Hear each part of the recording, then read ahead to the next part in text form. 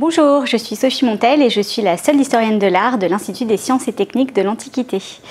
J'enseigne l'histoire de l'art et l'archéologie du monde grec dans la licence d'histoire de l'art et d'archéologie, mais aussi dans le master histoire, civilisation, patrimoine et enfin dans la licence pro métier de l'exposition et technologie de l'information. Mon domaine de recherche principal est la sculpture grecque et je l'étudie sous 3 angles différents.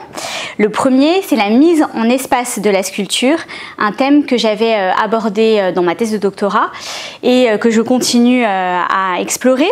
J'ai montré que les Grecs avaient conçu des édifices spécialement prévus pour mettre en valeur les statues et en particulier les groupes de statues.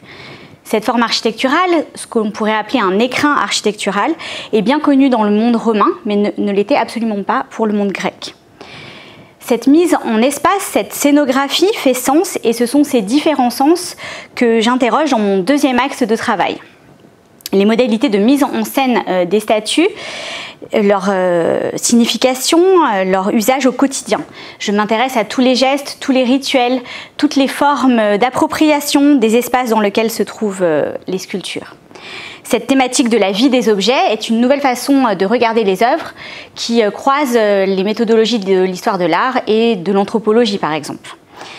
Ce regard sur les statues, en particulier les effigies divines, me permet de m'intégrer dans un programme de recherche européen qui s'intéresse ou qui porte sur la représentation du divin en Grèce ancienne au sens large.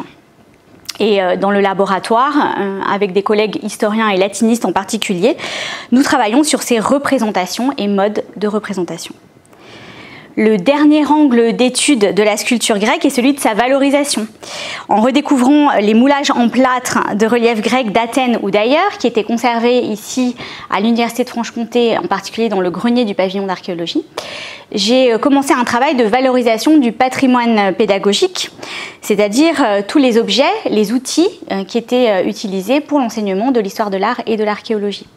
Il y a ces moulages en plâtre, mais il y a aussi des photos, des plaques à projection et bien sûr les ouvrages de littérature spécialisés.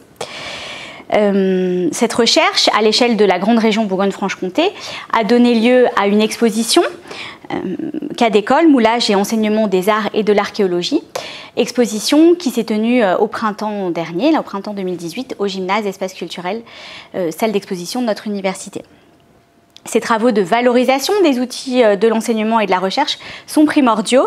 L'histoire de nos disciplines et de leur transmission aux étudiants fait vraiment partie de nos missions d'enseignants-chercheurs et nous sommes plusieurs à l'ISTA à nous y intéresser.